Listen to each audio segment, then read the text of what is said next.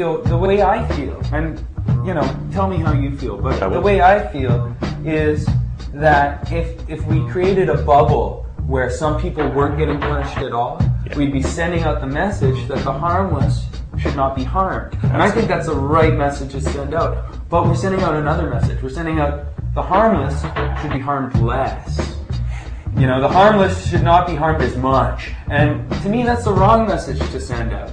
It confuses the issue still. And to me, this bill doesn't feel good. I think it'll send the wrong message to the Supreme Court of Canada that Canadians are at this place and not ready to accept the more strong principle, the more principle that you can really use as a bedrock to get all the dignity you need as a culture, which is the principle that the harmless shall not be harmed. That's right. I think we have to encourage people to vote that way, to say no to this bill. This decrim doesn't go far enough. We want there to be a bubble of no penalty, no punishment for people who aren't demonstratingly harming others.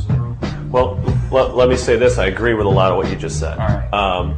Our association took the position in Ottawa that this bill was going to do more harm than good, mainly because it would probably bring more people into contact with the criminal justice system. The net widening effect. The net widening effect. Right. Now, I don't know that the addition of the personal cultivation exception would change our association's position on the bill. For me personally, I've been conflicted about it for a long time, kind of back and forth. Is it good? Is it bad? I think, if you're letting people grow, I think the reality of the way the law works is that if people are going to grow for themselves, the cops aren't going to be getting warrants. They may not even be able to get warrants. That's an interesting legal question in and of itself for a ticketable offense. You can't get a warrant to go search someone's house if they were speeding, for instance. So I tend to think that you ought to favor this bill as an incremental step forward. I don't think Canada, at a political level, is going to make radical change now. So I think you can take some small change where you can get it. I mean, a personal cultivation exception that's pretty significant. That doesn't exist in any of the decriminalized states in the U.S. except for Alaska, which has a constitutional issue with its state constitution. So I think that's a pretty significant step forward. Opposition reaction included the Alliance Party calling for the 30-gram limit to be lowered to 5 grams, while the NDP wants amnesty for all Canadians with marijuana criminal records. Throughout this debate on marijuana use, there is often some confusion on what exactly is meant by decriminalization. Although it sounds like it, it does not mean marijuana use is legal. Decriminalization simply means that those caught with small amounts of the drug won't be charged under the criminal code, have a criminal record, or go through the court system. So how do we fix the bill?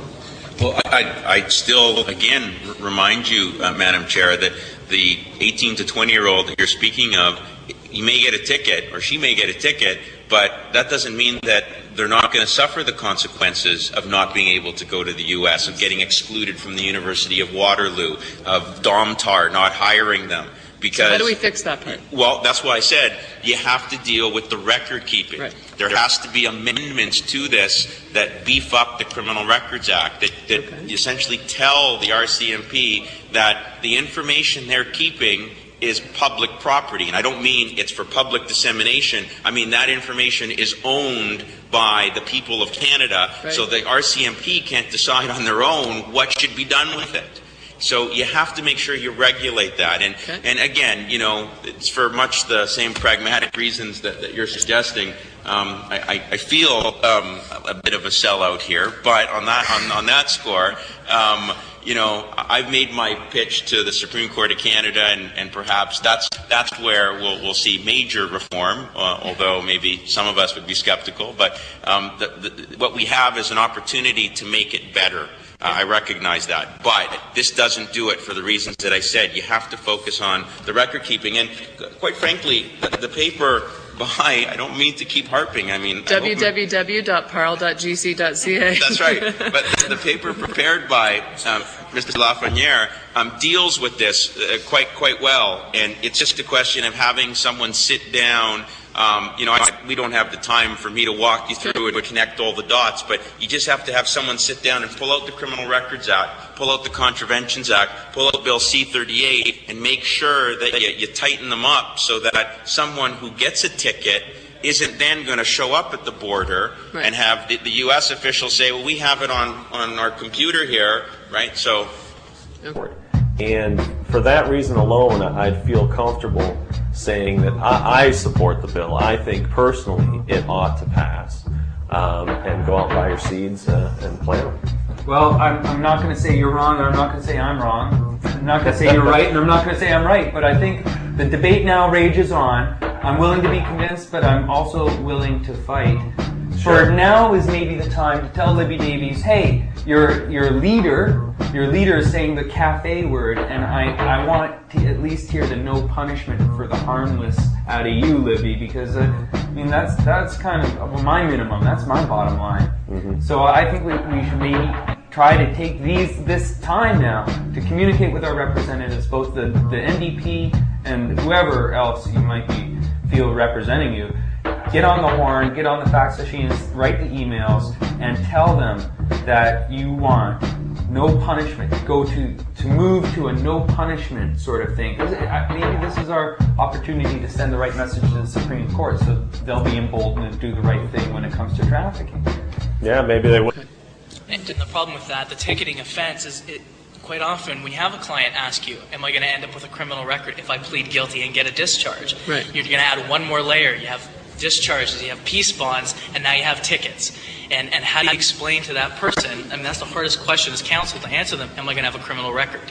And you have to be very careful to tell them there's distinctions now between conviction and a finding of guilt, and none of these distinctions being recognized, as I understand it, by the U.S. And so the kid who is 18 with one joint, who now who has a lucrative career, goes to university, has a wonderful job offer for U.S. dollars in the U.S., will be prevented from entering the U.S.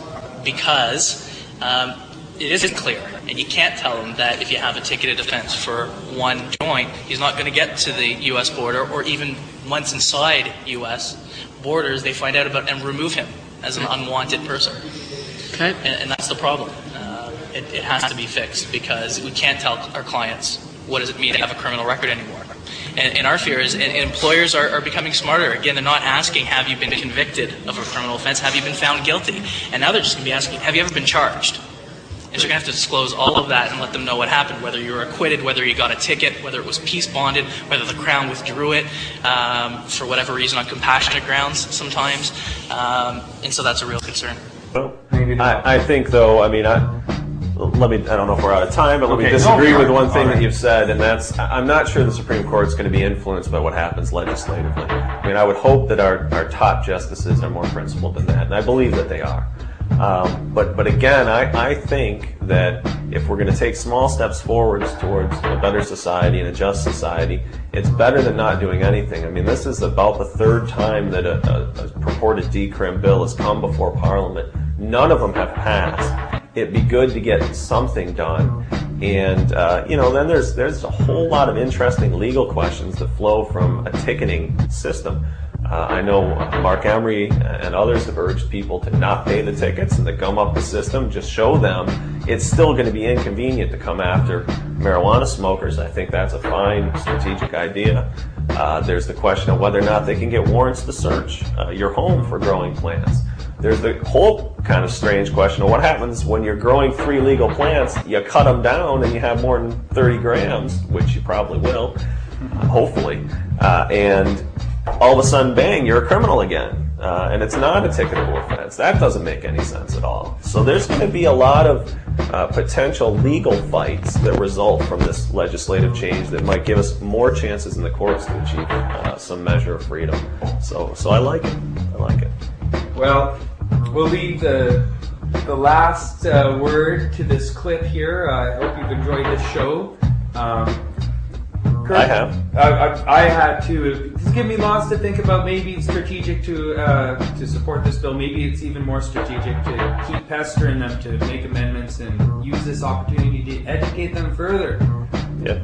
Now, free the week. Exactly. We want fully freed with menus on the tables. Want menus this year. So, how do people contact the British Columbia Civil Liberties Association if they want to get involved with your organization or contact you? Absolutely. You can check out our website, www.bccla.org. Come into the office if you want, pick up some materials. We've got a neat arrest handbook that lets you know your rights when you're dealing with police that we're giving away for free.